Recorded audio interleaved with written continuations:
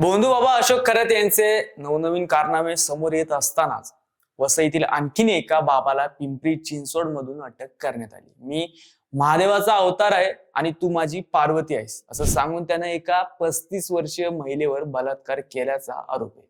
हा भोंदू बाबा मूळचा वसईतला आहे. त्यानं अनेक मुलींना फसवून त्यांचं लैंगिक शोषण केलं असल्याची शक्यता आहे.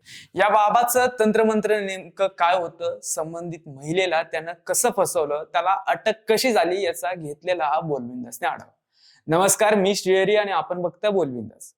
वसईमध्ये आमची वसई नावाची आध्यात्मिक सामाजिक संस्था आहे. ऋषिकेश वैद्य हा या संस्थेचा प्रमुख. या संस्थेच्या माध्यमातून तो आध्यात्मिक धार्मिक कार्यक्रम उपक्रम घ्यायचा. सोशल मीडियावरही हा बाबा ऍक्टिव्ह असायचा.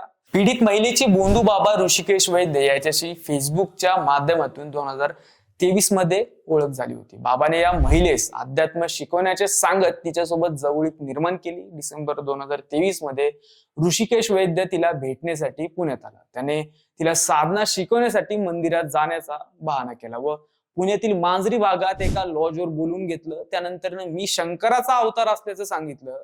मी शंकर व तू पार्वती आहे असं सांगून पाण्यातून तिला गुंगीचं औषध पिण्यासाठी दिलं. पीडित महिलेला पाण्यातून गुंगी येत असताना त्याने तू माझी पार्वती आहेस, तू शंकराला तुझे सर्वस्व अर्पण केलं असल्याचा बहाणा करून तिच्यावर लैंगिक अत्याचार केला. तसेच ती बेशुद्ध अवस्थेत असतानाच त्याने तिची आक्षेपार्ह छायाचित्रे देखील काढून घेतली. या अश्लील छायाचित्रांचा वापर करून त्याने तिला ब्लॅकमेल केलं. मे 2025 मध्ये त्याने तिला वसईतील एका हॉटेलमध्ये भेटण्यासाठी बोलवलं व तिच्यावर अतिप्रसंग केला. हा भोंदू बाबा महिलेला तिचे अश्लील फोटो व व्हिडिओ दाखवायचा आणि त्यांच्यासोबत शारीरिक संबंध ठेवण्यासाठी भाग पाडायचा. त्यामुळं पीडित महिला त्रासली होती. दरम्यानच्या काळात नाशिकचा भोंदू बाबा अशोक खरातचे प्रकरण उघडकीस आले. त्यामुळे महिलेनं धाडस दाखवून घडलेली घटना तिच्या पतीला सांगितली. त्यानंतर पतीने तिला धीर दिल्याने याबाबत वसईतील माणिकपूर पोलीस ठाण्यात जाऊन तक्रार दाखल केली. घडलेला प्रकार पुण्यातील असल्याने वसई पोलिसांनी पुण्यातील हडपसर पोलिसांकडे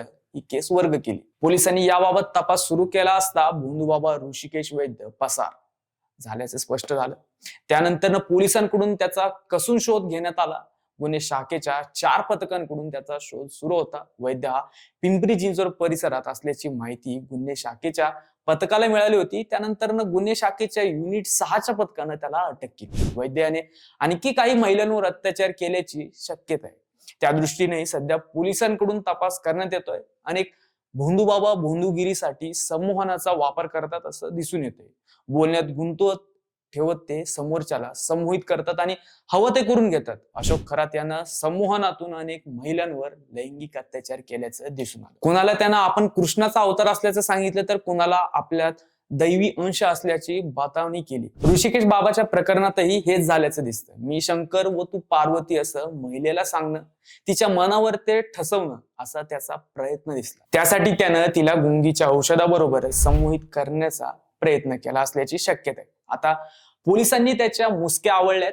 त्यामुळे त्याचे सर्व कारनामे समोर येऊ शकतात. अशा प्रकारची कुणाची तक्रार असल्यास पीडित महिलांनी पुणे पोलिसांकडे तक्रार द्यावी असं आव्हानही गुन्हे शाखेकडून करण्यात आले. अध्यात्माच्या नावाखाली असुरक्षितता अनुभवणाऱ्या लोकांना हेरून त्यांची फसवणूक करणाऱ्याचे प्रकार मोठ्या प्रमाणात वाढले. मुख्य म्हणजे लोकही वैज्ञानिक चिकित्सा न करता त्यांच्या आहारी जाताना दिसतात. परंतु संभाव्य धोके ओळखून सगळ्यांनी अशा भोंदू बुवा बाबांपासून सावध राहण्याची गरज आहे.